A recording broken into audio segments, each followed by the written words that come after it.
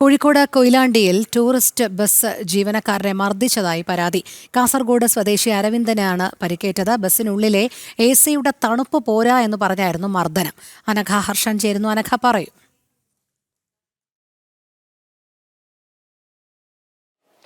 രോഹിണി, ഇന്ന് രാവിലെയാണ് ഈ സംഭവം നടക്കുന്നത്. കോഴിക്കോട് കൊയിലാണ്ടിയിൽ വെച്ചായിരുന്നു ടൂറിസ്റ്റ് ബസ്സിനകത്തു ഉണ്ടായിരുന്ന ഈ തളിപ്പറമ്പ് സ്വദേശികൾ ഈ ബസ്സിൽ ഉണ്ടായിരുന്ന കാസർഗോഡ് സ്വദേശിയായിട്ടുള്ള ഈ അരവിന്ദനോട് ബസ്സിൽ AC കുറവാണ് എന്ന് പറഞ്ഞുകൊണ്ട് ഇവർ അകാരണമായി തട്ടിക്കയറുകയും അതിനെ തുടർന്ന് പിന്നീട് മർദ്ദിക്കുകയുമാണ് ചെയ്തിട്ടുണ്ടായിരുന്നത്. പിന്നീട് കൊയിലാണ്ടി പോലീസ് സ്റ്റേഷനിലേക്ക് ഈ ബസ് കൊണ്ടുപോവുകയും ഒക്കെ തന്നെ ചെയ്തിട്ടുണ്ട്.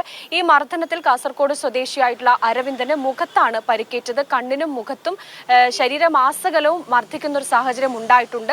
പരിക്ക് ഏറ്റിട്ടുണ്ട്. തൊട്ടടുത്ത ഗവൺമെന്റ് ആശുപത്രിയിൽ ചികിത്സ തേടുകയാണ് അരവിന്ദ് ചെയ്തത്.